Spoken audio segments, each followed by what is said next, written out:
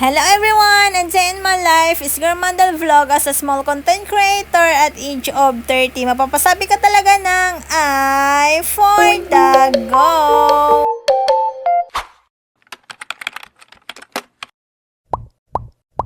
For today's video nga po ay may lalakarin nga po pala kami ng aking mga anak doon sa bayan. Bago ang lahat, magbo-voice over nga po pala ang aking anak. Sa mga oras nga po to, aalis po kami ng aking mama at ate. Nakasalubong nga po namin na may parada po dito sa amin. Hindi ko nga po alam kung bakit may parada po dito. Siguro nga po, malapit na po ang mga eleksyon ng konsihal. Kaya may mga parada pong nagaganap. Pero di naman po namin kilala ang mga nagpaparada dito sa amin. Siguro sa ibang bayan po ito. Tuluyan na mga po kaming lumabas nila mama at ate. Ay grabe, sobrang haba nga po ng parada nila. Kaya nakikiparada nga rin po kami.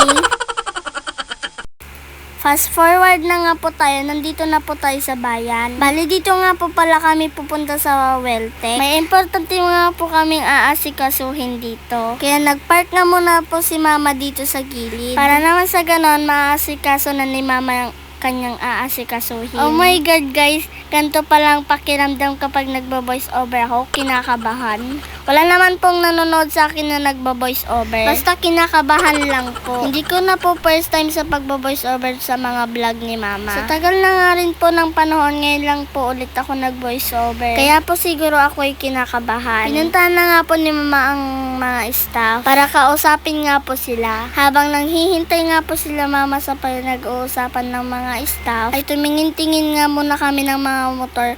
Baka sakali pong may magustuhan po kami. By the way, sasabihin ko na nga po pala ang totoo. Bakit po pala kami nandito? Ay bibili nga po pala talaga kami ng motor. Kaya tumingin-tingin nga po muna kami. Kaya si mama paikot-ikot na nga lang po muna siya. Bali ito nga po sanang bibilhin ni mama. Kaso nga lang po, tinignan niya po ng mabuti. Kausap niya nga po pala ang aking daddy. Pinapakita nga po niya ang mga motor. O diba guys, ang ganda ng kulay niya. Bagay na bagay po sa amin to.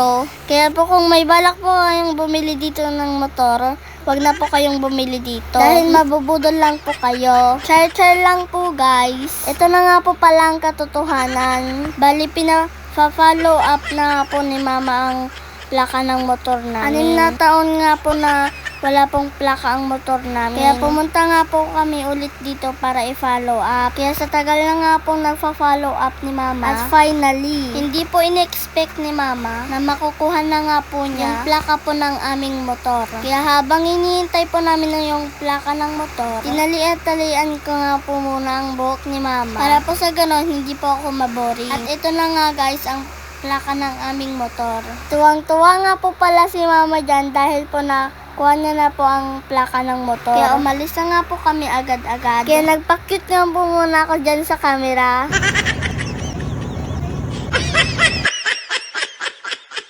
After po namin kuhanin ang plaka ng motor, dito naman po kami sa Cebuana. Dahil nagpadala nga po ang aking daddy para po sa allowance namin. Daddy, thank you po sa allowance na binigay mo sa amin. Mag-iingat ka po sana palagi dyan. At ingatan mo po ang iyong sarili. Salamat po sa mga sakripisyo mo para po sa amin. Nakuha na nga po namin ang allowance namin. Kaya lumabas na nga po pala kami. Guys, tignan niyo si mama, ang ganda-ganda niya. At tignan niyo nga po ulit ako. Guys, nakakatawa po ang mukha ko.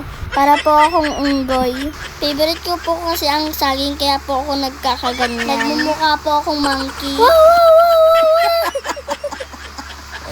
Joke lang po guys, tawa muna tayo. Bumili na nga po pala si ate dito ng tinapa. Dahil ito nga po pala ang ulamin po namin ngayon. Kaya si ate nga po ang pinababa ni mama para po pumili ng tinapa. Bali bumili na nga po pala siya ng talong. Sakto po sa tinapa ang nilagang talong. Guys, kumakain po ako ng gulay. Ito po talaga mag-combine na ulamin po namin mamaya. Bali ito na nga po palang nabili namin. Pumili din po pala si ate ng talbos ng kamote. Fast forward na nga po ulit guys, magpapabili nga po sana ako kay mama ng tabay squishy. Kaya pumasok at tumingin na nga po pala kami dito. Kaso nga lang, di po sila nagtitinda ng isa-isang peraso. Kasi po, pag kinuha ko po yung isang pack na ganun, ay sobrang mahal po.